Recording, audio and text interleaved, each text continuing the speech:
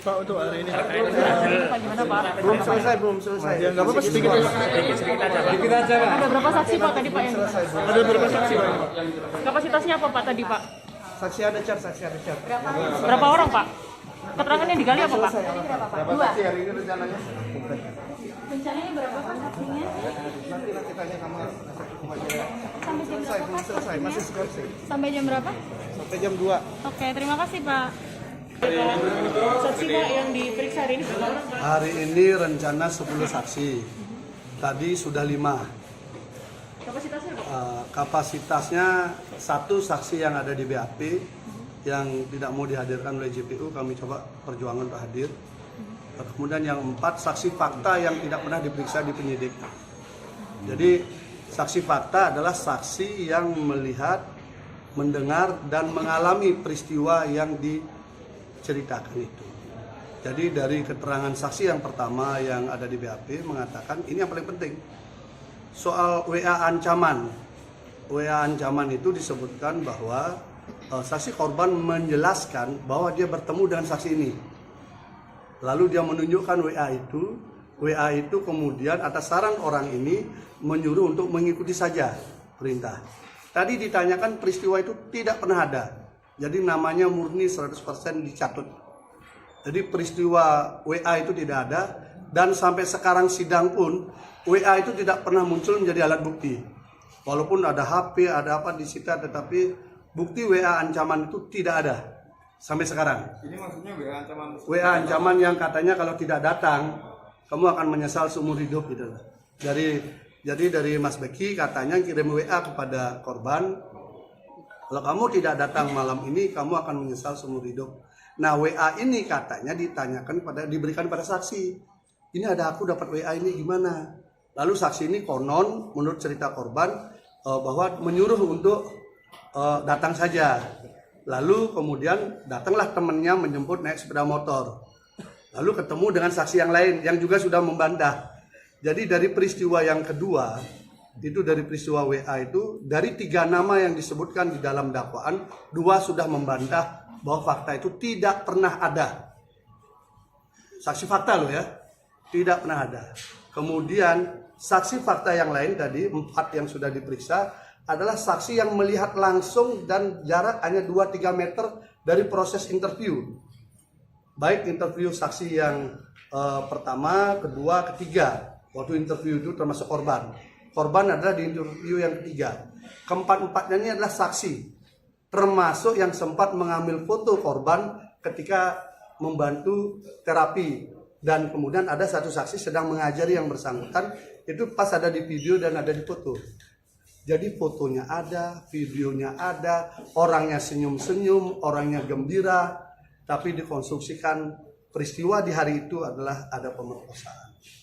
Jadi kami merasa sangat yakin kalau ini pengadilan untuk mencari adil, maka semestinya saksi itu aja sudah menjawab. Karena WA saja sudah tidak ada. Bukti WA juga tidak dihadirkan. Saksinya juga yang disebutkan juga mengatakan tidak pernah melihat dan tidak pernah diajak ngomong. Bagaimana? Kemudian saksi ini pun juga katanya pernah menjemput korban di pasar untuk diajak ketemu di sebuah kafe dengan saksi rekaan dari yang lain. Itu juga dikatakan tidak pernah ada. Saya nggak pernah tahu soal itu gitu. Jadi betul-betul namanya dicatut dalam proses peristiwa itu. Dan siap juga sumpah membahala. Saya tanyakan, kalau diadu siap nggak? Siap. Nah, kalau begitu sudah saksi-saksi yang ada, silahkan nanti kita lihat apakah ini pengadilan atau ini penghakiman tempat ini. Karena kami sudah berjuang membuka kotak Pandora tentang rekayasa yang begitu masif, begitu nyata dan terukur dari alat-alat bukti. Jadi saksi fakta ini tidak pernah diperiksa oleh penyidik. Penyidik mayoritas memeriksa saksi testimonium de auditu, saksi yang mendengar dari cerita orang.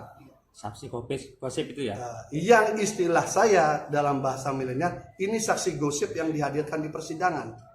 Dia tahu banyak segala hal, tapi dia tidak melihat, tidak mendengar. Bahkan ada yang tinggal di Pati, ada tinggal di Kudus, ada tinggal di Kerawang, ada tinggal di Lampung. Waktu hari peristiwa, Sementara yang ada di hari peristiwa, yang hadir hari ini, tidak pernah diperiksa sama sekali. Saya tanyakan, pernah nggak dipanggil? Tidak pernah. Ini masih sisa-sisa yang lama. Kita sangat sedih juga melihat cara pemberkasan kasus seperti ini. Saksi fakta tidak ditelusuri, tidak digali secara mendalam. Saksi fakta ini mereka ketemu, ada fotonya, ada videonya, mereka ngajari semua. Tidak diperiksa. Untung mereka bisa hadir. Untung mau mereka hadir untuk menjadi saksi. Itu baru saksi dari kita. Fakta, bukan saksi gosip. Saksi gosip berpakaian LPSK. Pak, berarti bisa Saksi fakta ini tidak dilindungi siapa-siapa. Hanya mengandalkan doa sama lindungan Tuhan. berarti saksi yang datang hari ini santri ya, Pak? Ya, itu adalah orang yang memang ada di lokasi. Jadi statusnya mereka adalah senior di terapi.